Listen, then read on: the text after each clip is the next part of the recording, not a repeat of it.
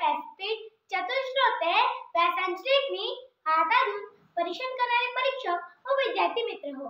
मी आराध्य महेश्वरत इयत्ता 4थी शाळा तुझपडा. आज आपणासमोर वीर हुतात्मा भाई कोतवाल यांच्याविषयी माहिती सांगणार आहे. तो काळ फार धामधुमीचा होता. दुसरा महायुद्धाचा वणवा शिगेला पोहोचला होता. असं असतानाही ब्रिटिश भारतीयांच्या स्वातंत्र्याच्या मागणीपुढे झुकायला तयार नव्हते. 8 ऑगस्ट 1942 रोजी आझाद मैदानातील भाषणात महात्मा गांधींनी ब्रिटिशांना भारतातून चालते वा असे ठणकावून सांगितले व देशवासीयांना करेंगे या मरेंगेचा मंत्र देऊन शेवटच्या लढ्यासाठी तयार राहण्याचे आवाहन केले. त्यांच्या आवाहनाला प्रतिसाद देत हजारो देशप्रेमी या लढ्यात सहभागी झाले. याच 1942 च्या चले जाओ चळवळीतील एक धगधगते अग्निकुंड म्हणजे वीर हुतात्मा भाई कोतवाल. उसाच्या रक्ताने मातृभूमीला पारंब्याच्या पाशातून मुक्त करण्यासाठी आपल्या सर्वस्वाचं बलिदान देणाऱ्या या महान सुपुत्राचा जन्म 1 डिसेंबर 1912 रोजी रायगड जिल्ह्यातील कर्जत तालुक्यातील मानिल येथे झाला. माती आणि माता यांच्याशी एकरूप होणं हा त्यांचा जन्मदार स्वभाव असल्याने मातृभूमीला परकीयांच्या गुलामगिरीतून मुक्त करण्यासाठी त्यांनी स्वातंत्र्य लढ्यात झेप घेतली. लोहकण जसे लोहचुंबकाकडे आकर्षिले जातात तसेच भाईंच्या उत्तुंग व्यक्तिमत्वामुळे आणि प्रभावी नेतृत्व गुणांमुळे त्यांना असंख्य सहकार्य मिळाले. त्यातूनच पुढे निधड्या छातीचा कोतवाल गट अर्थात आझाद दस्ता तयार झाला. या आझाद दस्त्यात स्वतः भाई कोतवाल, हिराजी पाटील, राघोनागो भगत, जिब्रू गवळी असे अनेक जातीचे, धर्माचे, पंथाचे, वेगवेगळ्या प्रांतातील भिन्न भाषा बोलणारे देशभक्त एका उदात्त ध्येयासाठी एकत्र आले.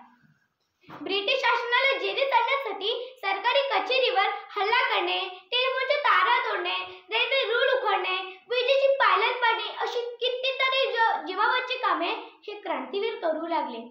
स्वातंत्र्य संग्रामात इरेले पेटलेले हे वीर ब्रिटिशांच्या जाळ्यात अडकणे केवळ अशक्य.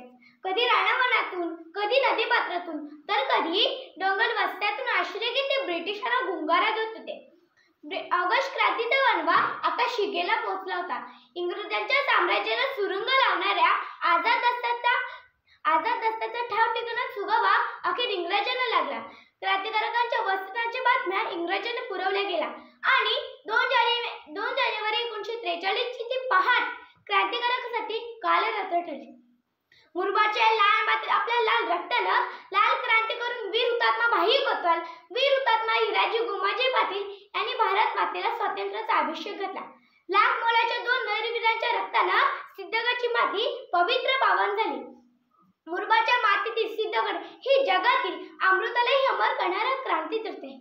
कसं जगावं आणि कशाचं मरावं हे सांगणारं सिद्धगडासारखं स्फूर्तिस्थान नाही.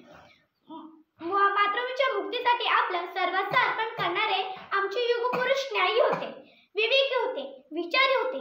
मानवतेचा गैवार घेणारे ते मानवतावादी होते. राष्ट्रसंकट ओढवल्यावर त्याविरोधात लढावं कसं, शत्रूशी भिडावं कसं याचा धडा आमच्या शूरवीरांनी सिद्धगडच्या मातीत गिरवला आहे. म्हणूनच तुम्हा आम्हाला हेवा वाटावा असा इतिहास निर्माण झाला आहे. एवढे बोलून मी माझे भाषण संपवते. जय हिंद, जय भारत. धन्यवाद.